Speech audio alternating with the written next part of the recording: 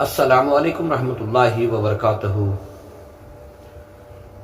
مجھے اس بات پہ بڑا تعجب ہوا کہ بہت سارے لوگ قرآن پڑھنا تو جانتے ہیں، ہر روز اللہ کے کلام کو کھولتے تو ہیں، لیکن سمجھ نہیں پاتے، نہ سمجھنے کی کوشش کرتے ہیں۔ بہت سارے لوگ قرآن تو پڑھتے ہیں، لیکن ان کے گھر کے معاملات جو ہیں، ان کی زندگی کے چلنے کے جو طور طریقے ہیں، وہ اسلامی قانون کے خلاف ہوتے ہیں۔ کیوں؟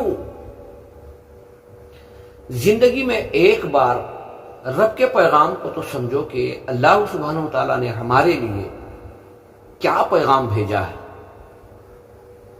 اکثر ایسا ہوتا ہے کہ میں تو قرآن پڑھنے والا ہوں، لیکن میرے گھر کے جو معاملات ہیں، نہ میری بیوی میں وہ اسلامی لباس پہننے کا ڈھنگ ہے، نہ میرے بچوں میں حلال حرام کی تمیز ہے، جائز ناجائز کی تمیز۔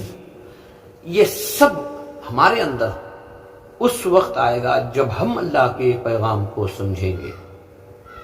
بہت سارے لوگ پڑھے لکھے ہونے کے باوجود بھی گمراہ زندگی جو گزار رہے ہیں، اس کا کیا مطلب ہے؟ کب سمجھیں گے؟ کب غور کریں گے؟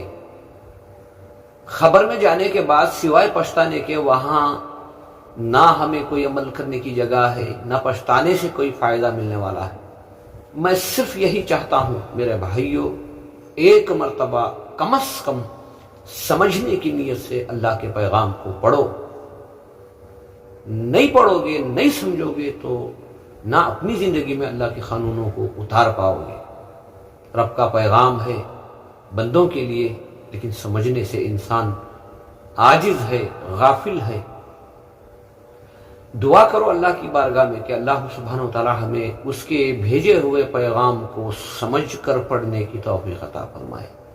قرآن پڑھنے کے دعوے تو بہت ہیں عورتوں کے اندر، مردوں کے اندر، لیکن زندگی قرآنی قانون کے خلاف۔ اللہ سبحانہ و تعالی موت سے پہلے ہمیں اس کے کلام کو سمجھ کر پڑھنے کی توفیق عطا فرمائے، اور جو ہمیں باتیں سمجھ میں آ چکی ہیں ان باتوں کو جہاں تک ہو سکے ہمارے دوست رشتہ داروں تک حکمتاً پہنچانے کی توفیق عطا فرمائے، تاکہ ان کی بھی اصلاح ہو جائے اور ہماری بھی اصلاح ہو جائے۔